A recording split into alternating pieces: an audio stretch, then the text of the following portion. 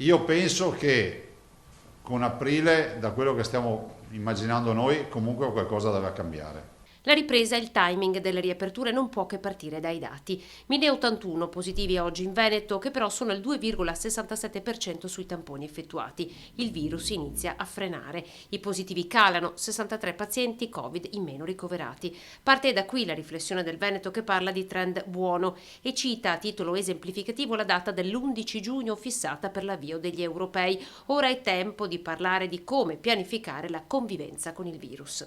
Liberi tutti allora.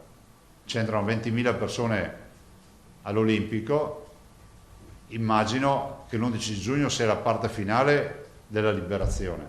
Abbiamo 60 giorni, 60 giorni più o meno, no?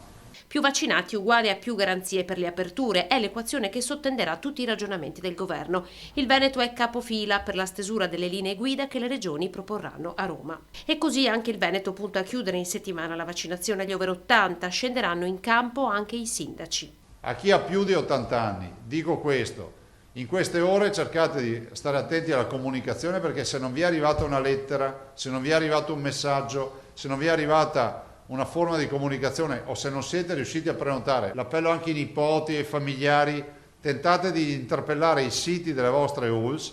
Dopodiché vi dico, ringrazio i sindaci che si sono messi a disposizione, perché alcuni non rispondono. Un piccolo esercito di irreperibili, la regione andrà ad intercettare anche questi. Per gli accompagnatori, voglio essere chiaro, oggi c'è una riunione a livello nazionale per decidere un po' le modalità. Per gli over 70 dalla prossima settimana ci sarà la possibilità della doppia prenotazione anche per gli accompagnatori. La regione ha bisogno di sapere con certezza quanti si presenteranno, perché la disposizione di vaccini è scarsa. Oggi sono arrivate 126.000 dosi di Pfizer, che sono briciole.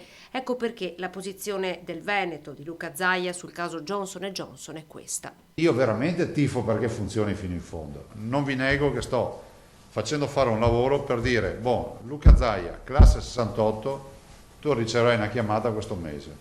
Vogliamo dare una certezza ai veneti.